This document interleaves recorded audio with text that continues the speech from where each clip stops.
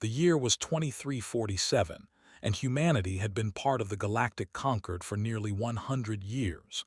During that time, humans had worked very hard to show the galaxy that they were peaceful, friendly, and willing to follow every rule. They signed every treaty. They attended every meeting. They smiled at species who looked down on them and called them primitive. Ambassador had spent 15 years of her life making sure that humanity was seen as the good newcomers, the species that would never cause trouble. Everything changed on a quiet Tuesday morning when a transmission arrived at Earth Command. Captain Vance was a simple man who had joined the Space Navy because he loved exploring new worlds. His ship, the Horizon's Edge, was an old exploration vessel that had seen better days, and his crew of 42 men and women spent most of their time mapping distant stars and collecting rock samples. It was boring work, but like boring. Boring meant safe. His communications officer was a young woman named Maria Santos. She was 26 years old and had only been on the ship for 8 months. Maria was good at her job, but she had never seen real trouble before. That changed when her console started beeping with an incoming signal. "Captain, I am picking up something strange," Maria said, her fingers moving across her screen. "It looks like a distress signal, but it is very weak." Walked over to her station and looked at the data. The signal was coming from a moon called 7B, where a human colony named New Haven had been established 30 years ago. New Haven was home to 40,000 people, mostly farmers and miners who had wanted a quiet life away from the crowded cities of Earth. "Can you clean up the signal?" asked.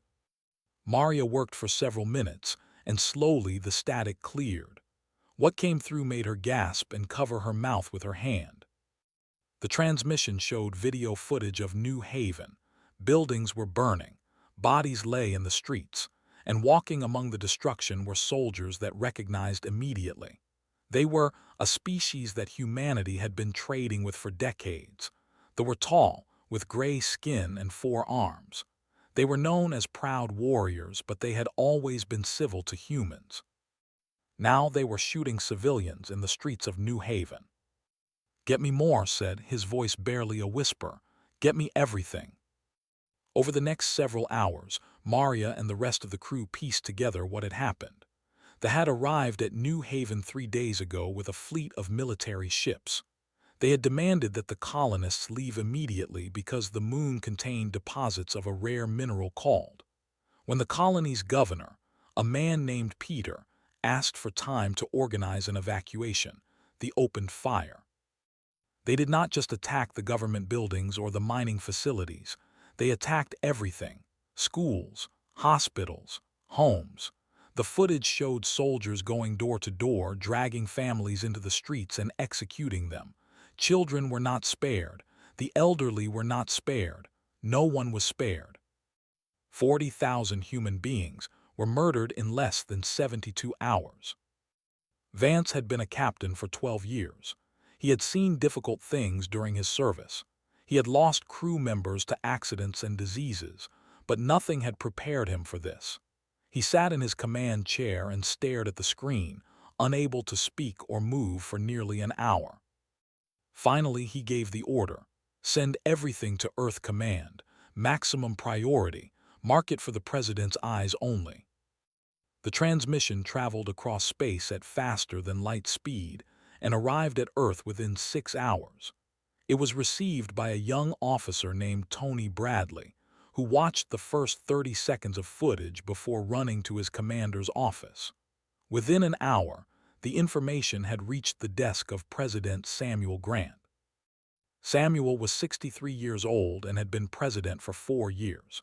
He was a calm man who believed strongly in diplomacy and peaceful solutions. He had spent his entire political career arguing that humanity should set an example for the galaxy by being the most civilized species in existence. When he watched the footage from New Haven, he was silent for a very long time.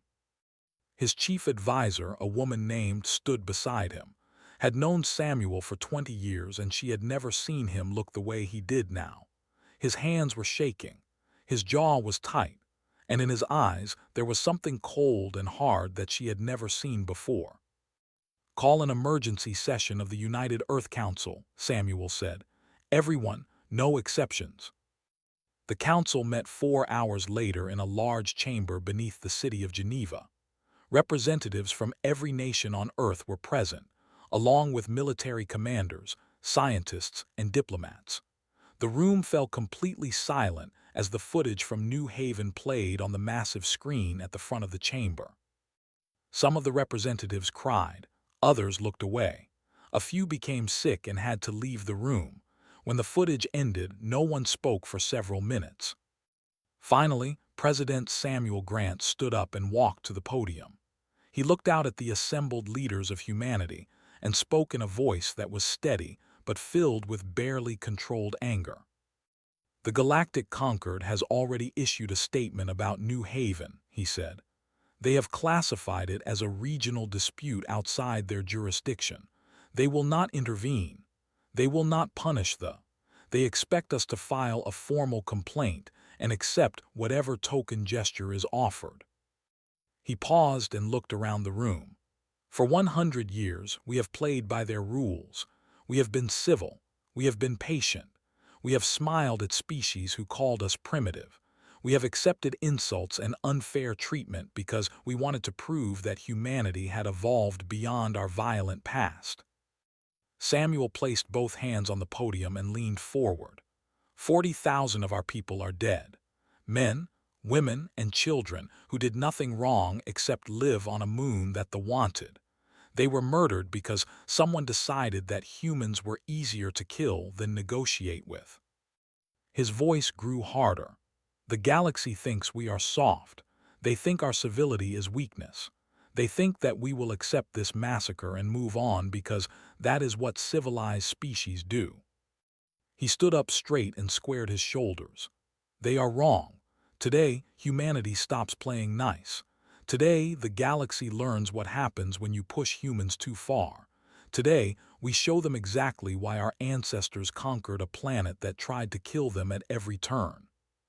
The room erupted in applause, watched her old friend, and realized that she was seeing a side of humanity that the galaxy had never encountered. The polite newcomers were about to become something else entirely. And the Dominion had no idea what was coming for them. The galaxy had a very wrong idea about humanity. For 100 years, they had seen only one side of the human species. They saw the diplomats who smiled and shook hands. They saw the traders who offered fair deals and never cheated. They saw the scientists who shared their discoveries freely with anyone who asked. The galaxy looked at humans and saw a young, peaceful species that preferred talking to fighting. What they did not see was the history. Humans had not become the dominant species on Earth by being gentle. They had survived ice ages, famines, plagues, and countless wars against each other. They had built weapons capable of destroying their entire planet many times over. They had split the atom and walked on their moon within the same century. When humanity finally looked up at the stars and began to explore, they brought with them thousands of years of experience in one particular area. War. Admiral Moore was 61 years old and had served in the United Earth Navy for 40 years. She had gray hair, sharp blue eyes, and a reputation for being the tactical mind in human history. When the news of New Haven reached her, she was already at Luna Station, the massive military base hidden on the far side of Earth's moon. Most species in the galaxy did not even know Luna Station existed. That was exactly how humanity wanted it.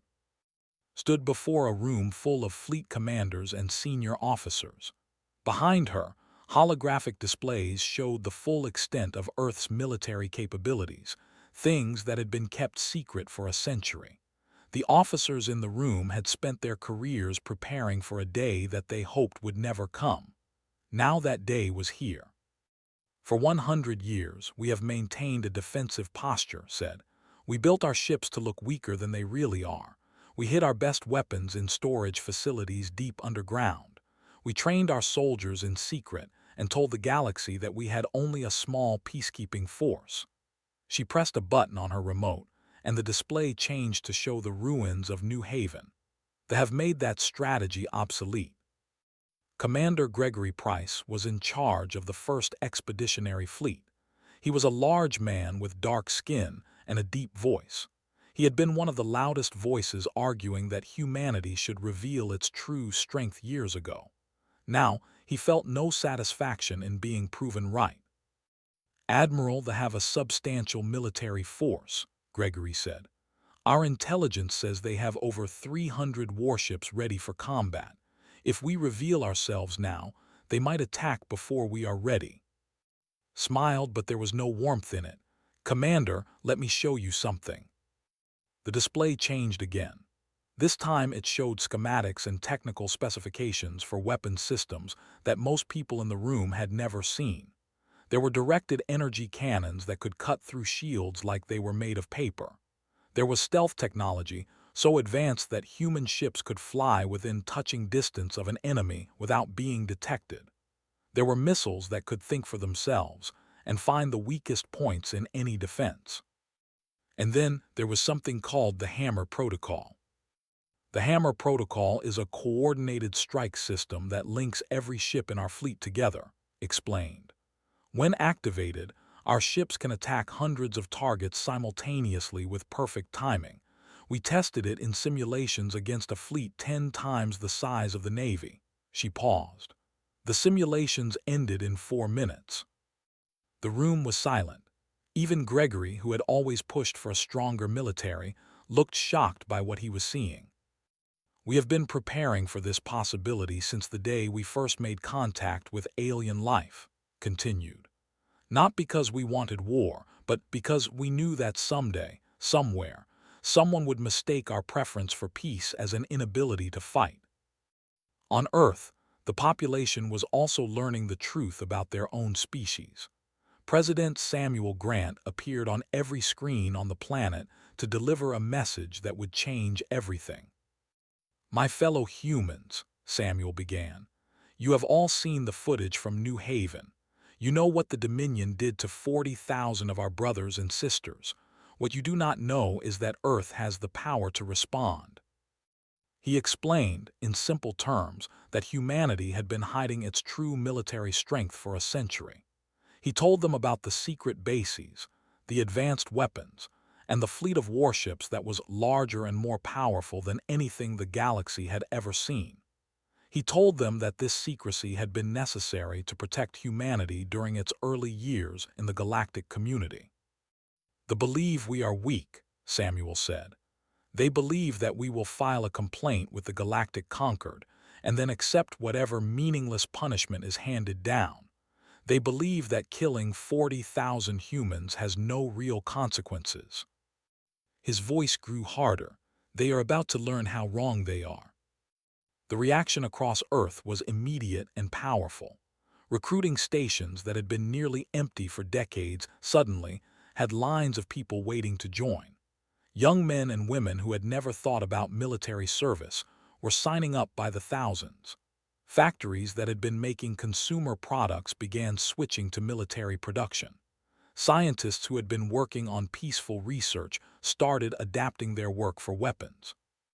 In the city of Chicago, a young man named Danny watched the president's speech with his family. Danny was 22 years old and had been working at a grocery store while trying to figure out what to do with his life. When the speech ended, he stood up and told his parents that he was going to enlist. His mother cried. His father shook his hand. His younger sister hugged him and made him promise to come back safely. Scenes like this were happening all over the planet. Humanity was waking up from a century of pretending to be something they were not. They had shown the galaxy their kindness, their diplomacy, and their willingness to cooperate. Now they would show something else. Admiral Moore received reports from every sector of Earth's military.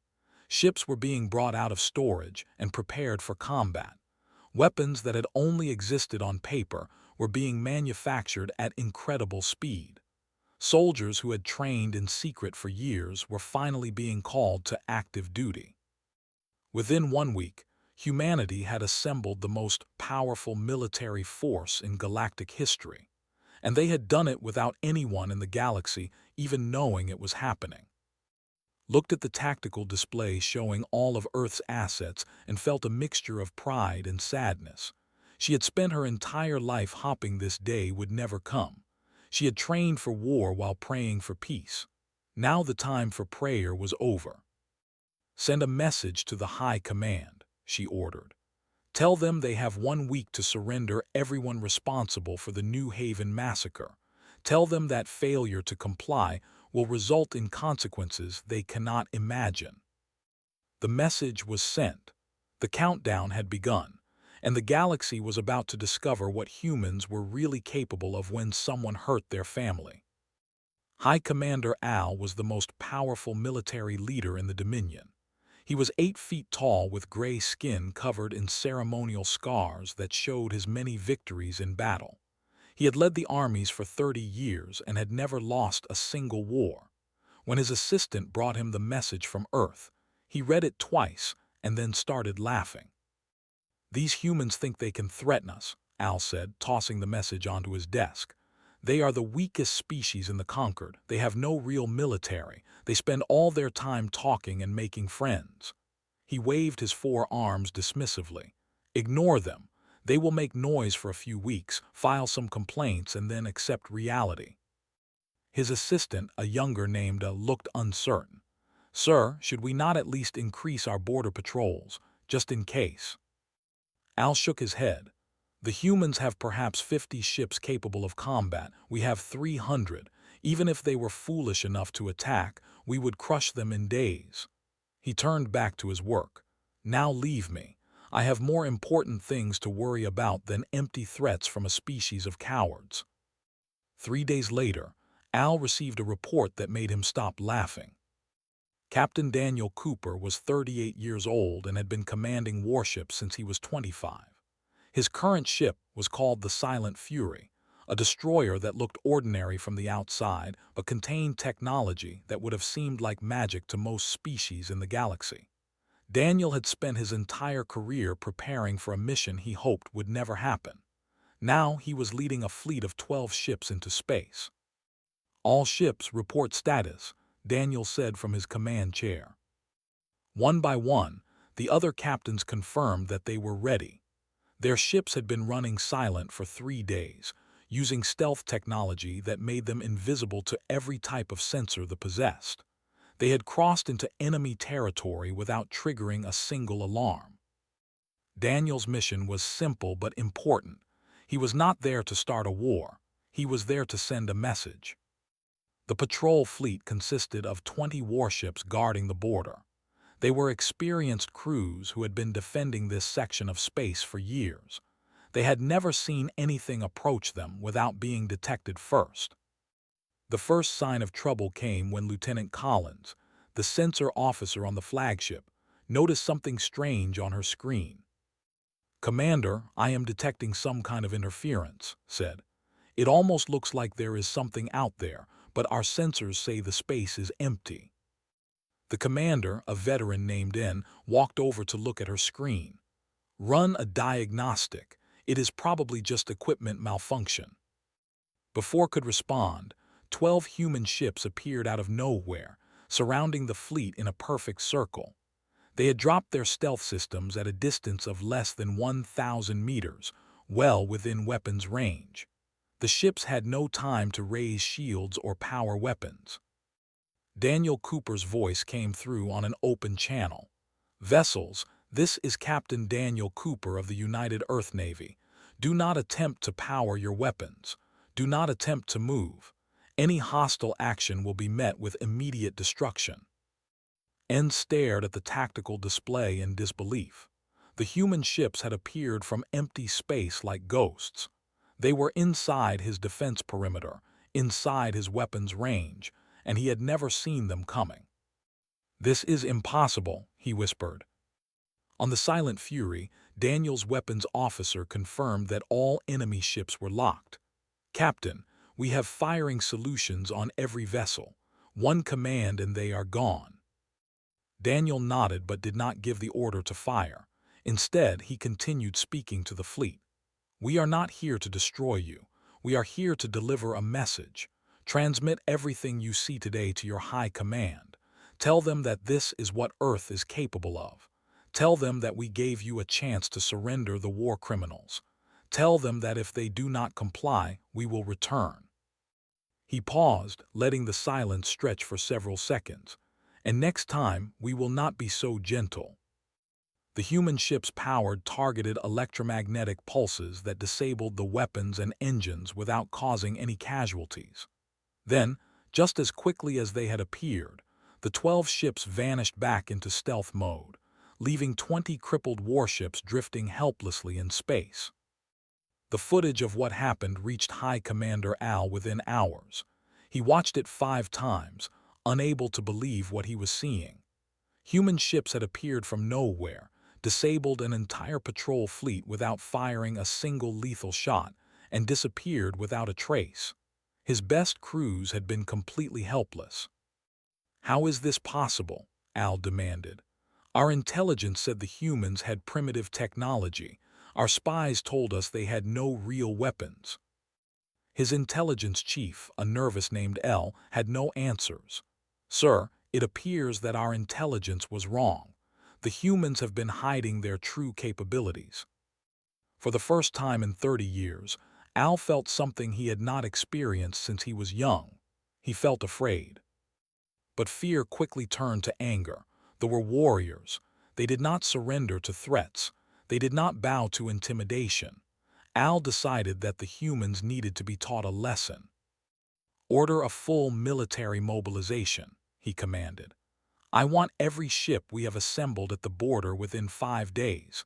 300 warships against a dozen human vessels. We will show them what happens when you threaten the Dominion." The order went out across space. Ships were recalled from patrol routes and training exercises. Soldiers were pulled from leave and sent to their stations. Within 4 days, the largest fleet in centuries was gathered at the border, ready to crush the human upstarts. Admiral Moore received the intelligence report at Luna Station. She studied the tactical display showing 300 warships massed in attack formation and nodded slowly. "They are doing exactly what we expected," she said, "gathering all their forces in one place, making a big show of strength." She turned to her communications officer. "It is time. Activate the Hammer Protocol." Across human space, ships that had been waiting in silence received their orders. 200 vessels began moving simultaneously, coordinating their approach through quantum-linked computers that allowed them to act as one unified force. The fleet never saw them coming. In a series of perfectly timed strikes lasting less than 4 minutes, human forces hit every major military installation in 3 star systems. They did not destroy anything. They did not kill anyone. They simply disabled every ship, every station, and every weapons platform they could reach. When the High Command finally understood what was happening, it was already over. Their entire border defense network had been shut down without a single shot being fired in return. Admiral Moore's voice broadcast across space. "This is your final warning. Surrender the war criminals responsible for the New Haven massacre. There will not be another courtesy. The next time we come, we will not be so careful about preserving your lives." High Commander Al sat in his command center, surrounded by reports of disabled ships and destroyed weapons platforms. His mighty fleet had been rendered helpless by an enemy they had never even seen. The humans had proven that they could destroy the entire military whenever they wanted. And they had chosen to show mercy instead. That fact terrified Al more than anything else, because mercy could be withdrawn at any moment. The Galactic Concord was the closest thing the galaxy had to a government. It was a collection of over 200 species who had agreed to follow certain rules in exchange for trade rights and mutual protection. The Concord had been around for thousands of years and had survived countless conflicts between its members, but nothing had prepared it for what was happening now. Ambassador had represented humanity at the Concord for 15 years. She was 52 years old with silver hair and a calm voice that had served her well in countless negotiations. She had spent her career building bridges between species, finding common ground, and proving that humans were worthy of their place in the galactic community. Today, she was not here to build bridges. The emergency session had been called 3 days after the Hammer Protocol demonstration. Representatives from every major species were present, packed into a massive chamber that could hold thousands of beings. The room buzzed with nervous conversation as walked to the central podium. The representative N was already there. He was one of Al's most trusted advisors and had been sent to plead the case before the Concord. When he saw approaching, he stood up and pointed one of his 4 arms at her. This human woman represents a species that has committed acts of war against the Dominion, N announced loudly. We demand that the Conquered intervene and stop this unprovoked aggression immediately. Waited until the chamber fell silent before she spoke. Her voice was steady, but there was steel underneath the calm surface. For 100 years, humanity has been a model member of this Concord. We have followed every protocol. We have respected every treaty. We have bent over backward to prove ourselves worthy of membership in this galactic community. She paused and looked around the room. And when 40,000 of our people were slaughtered by this body ruled it a regional dispute outside their jurisdiction. Murmurs spread through the chamber. Many of the representatives had seen the footage from New Haven, but hearing a human speak about it directly was different. N tried to interrupt. The situation at 7B was a military operation conducted for legitimate resource purposes. The humans who died were unfortunately in the way. Turned to face him directly. In the way, you murdered 40,000 civilians for a mining claim. You burned children alive in their schools. You executed families in the streets and broadcast the massacre as entertainment for your population. Her voice rose slightly. And you thought we would simply accept it because we have always been the polite ones. She turned back to address the full assembly. Let me be very clear about something. We do not need the Concord's permission to defend our people. We do not need your approval to seek justice for our murdered families. We came here today as a courtesy to inform you of what is happening and why. Her eyes swept the room, meeting the gazes of representatives from dozens of species. Because unlike we still believe in civilization. We still believe in rules and laws and basic decency. But make no mistake, we will not allow those beliefs to be used as weapons against us. We will not let our preference for peace be mistaken for inability to wage war. The chamber erupted in noise as representatives shouted questions and demands, stood calmly at the podium, waiting for the chaos to die down. Back in space, High Commander Al was facing a crisis. His military had been humiliated. His ships had been disabled without being able to fight back. His intelligence had been proven completely wrong about human capabilities. And now the Galactic Concord was debating whether to impose sanctions on the instead of the humans. Al was a proud warrior who had never lost a battle. The thought of surrendering to anyone, especially a species he had considered weak and pathetic, was unbearable. He decided that if the humans wanted war, he would give them war. Prepare a strike fleet, he ordered. 50 of our fastest ships. We will attack one of their colonies before they can react. When human civilians start dying, they will come to the negotiating table. His advisors looked at each other nervously. Sir, the humans have already demonstrated that they can see our ships coming. Perhaps we should reconsider. Al slammed his fist on the table. I will not be intimidated by tricks and technology. There have been warriors for 10,000 years. We will not surrender to these newcomers. The strike fleet launched within hours, heading for a human colony called Haven's Rest that was home to 80,000 people. Al was certain that the threat to civilians would force Earth to negotiate. He was wrong. Commander Gregory Price received the intelligence about the incoming fleet while his ships were conducting patrols in the region. He had 12 vessels under his command, facing 50 warships. The numbers were not in his favor. But numbers were not everything. Gregory positioned his fleet in the path of the attack and broadcast a message to the incoming ships. Vessels, this is Commander Gregory Price of the United Earth Navy. You are approaching a protected human colony. Turn back now, or we will be forced to engage with lethal force. The commander, a veteran named N, laughed at the message.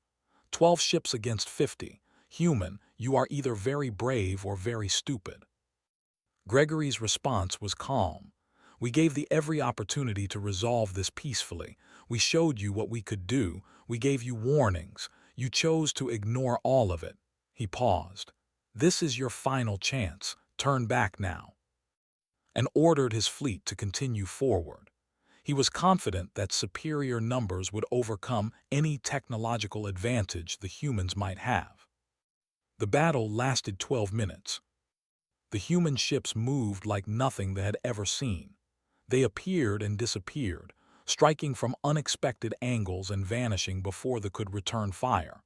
Their weapons cut through shields as if they did not exist.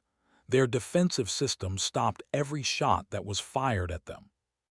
Of the 50 warships that entered the battle, only 3 survived. They were allowed to retreat, carrying footage of the destruction back to the.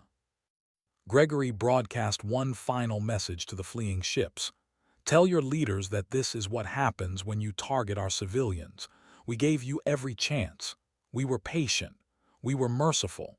You chose to continue down this path. His voice hardened. The next time a ship threatens a human colony, there will be no survivors to carry messages home. The footage of the battle spread quickly. The population watched in horror as their mighty warships were destroyed by a much smaller force.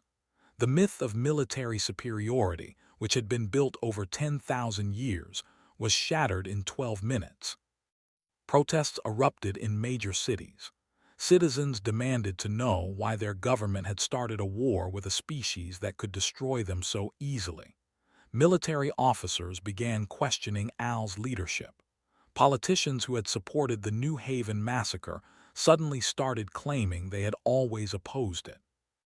High Commander Al sat alone in his command center, watching the tactical display that showed his defeated fleet limping home. He had gambled everything on the belief that humans were weak, and he had lost. For the first time in his life, Al understood that he was not facing a species that could be intimidated or bullied. He was facing a species that had chosen to be peaceful, chosen to be diplomatic, chosen to follow rules and treat others with respect. And that same species had also chosen, for a very long time, to hide exactly how dangerous they could be when pushed. Now the hiding was over, and they would have to face the consequences of what they had done. 3 weeks after the massacre at New Haven, the Dominion surrendered unconditionally. High Commander Al was arrested by his own officers and handed over to human custody, along with 47 other military leaders who had been directly involved in the genocide. The government issued a formal apology to Earth and agreed to pay reparations to the families of every victim. The trials were held on a neutral space station, broadcast live across the entire galaxy. Every species watched as the commanders were presented with evidence of their crimes, video footage, survivor testimonies, communication records showing that the massacre had been planned weeks in advance. The trials were fair. The defendants had lawyers. They were allowed to present their own evidence and make their own arguments. Humanity could have executed them immediately, but they chose instead to show the galaxy how justice should work. Every defendant was convicted. Every sentence was carried out. And through it all, humanity demonstrated that their commitment to civilization was real, not just words used to hide weakness. President Samuel Grant traveled to 7B for the dedication of a memorial to the victims of New Haven. The colony had been rebuilt, and new settlers had arrived to continue the work that the original colonists had begun. Where 40,000 people had died, a new community was rising from the ashes. The memorial was a wall of polished black stone that stretched for nearly a mile. Every name of every victim was carved into the surface, from the oldest to the youngest. Samuel walked along the wall, reading names and thinking about the families that had been destroyed. When he reached the central plaza, he turned to face the cameras that would broadcast his words across the galaxy. "We did not want this war," Samuel began. "We spent 100 years trying to prove that humanity had moved beyond our violent past.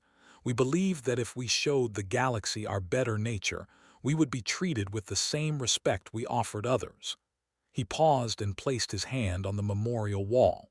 "We were naive." He turned to face the cameras directly. "Let this be a lesson to any species that looks at humanity and sees weakness in our civility. Our preference for peace is not cowardice. Our respect for rules is not submission. And our restraint is not inability." His voice grew stronger. "We will always choose diplomacy first. We will always seek peaceful solutions. We will always try to resolve conflicts through negotiation and compromise. But threaten our people, harm our families, murder our children, and you will discover the truth about humanity." Samuel looked up at the stars above. "Our ancestors survived ice ages by working together. They built civilizations in the harshest environments on Earth. They split the atom and walked on the moon. They created the most beautiful art and the most devastating weapons in their planet's history. We carry all of that inside us: the poet and the warrior, the diplomat and the soldier, the hand extended in friendship and the fist raised in defense." He lowered his gaze back to the cameras. "We showed you the hand for 100 years. Now you have seen the fist. Remember both, and choose wisely which one you want to face." Ambassador was promoted to a new position, Director of the Office of Galactic Relations. Her first act was to propose a major change to the Galactic Concord's charter. The new provision would create real mechanisms for preventing and punishing genocide, with actual enforcement capability instead of empty words. The proposal passed unanimously. Not a single species voted against it. Not a single species abstained. Many of the representatives who voted yes did so because they genuinely believed in justice and protection for all peoples. But others voted yes because they had seen what humanity could do, and they wanted to make sure they were never on the receiving end of that power. Admiral Moore retired from active command 6 months after the war ended. She had spent her entire career preparing for a conflict she hoped would never come, and now that it was over, she was tired. She handed over command of the fleet to younger officers and returned to Earth to spend time with her. But the fleet she had built remained. The weapons she had developed stayed in storage, ready to be used if needed. The training programs she had established continued to produce the finest soldiers in the galaxy. Humanity's secret was out, but that did not mean they had become any less prepared. Captain Vance, the man who had first discovered the massacre, was given command of a new exploration vessel. The ship was named New Haven in honor of the colony that had been destroyed. Its mission was peaceful exploration and humanitarian assistance, a symbol of what humanity preferred to do with its power. Stood on the bridge of his new ship as it launched from Earth orbit. His crew was young and eager, excited to explore the galaxy and help species in need. They represented the best of humanity, the idealists and dreamers who believed that the universe could be a better place, but also knew that in the weapons lockers throughout the ship, there were tools of war that could destroy anything that threatened them. Humanity had not forgotten how to fight. They had simply chosen to put those skills aside until they were needed. On the rebuilt colony of New Haven Memorial, a plaque was installed at the entrance to the central plaza. It bore a message that would be read by visitors for generations to come. Here 40,000 humans lived and died. Their memory reminds us why we reach for the stars with hope in our hearts, and why we stand ready to defend that hope with everything we have. We are humanity. We choose peace. We believe in civilization. We extend our hand in friendship to all who would take it. But we will never choose submission, and we will never forget what happens when someone mistakes our kindness for weakness. The young man named Danny, who had enlisted after watching the president's speech, served with distinction in the Navy for 30 years. He eventually became a captain himself, commanding a ship that patrolled the borders of human space. He never had to fire a weapon in anger. The galaxy had learned its lesson. His younger sister became a teacher on New Haven Memorial, educating children about history and the importance of standing up for what is right. She taught them that humanity was proud of being peaceful and diplomatic. She also taught them that peace without the ability to defend it was not really peace at all. The galaxy changed after the New Haven War. Species that had looked down on humanity began treating them with respect. Trade agreements became more fair. Diplomatic negotiations included human voices that were actually listened to. And whenever a conflict arose somewhere in the galaxy, other species found themselves asking the same question. What would the humans do? Usually the answer was to seek peace, to negotiate, to find common ground. Humanity had not changed who they were. They still preferred talking to fighting.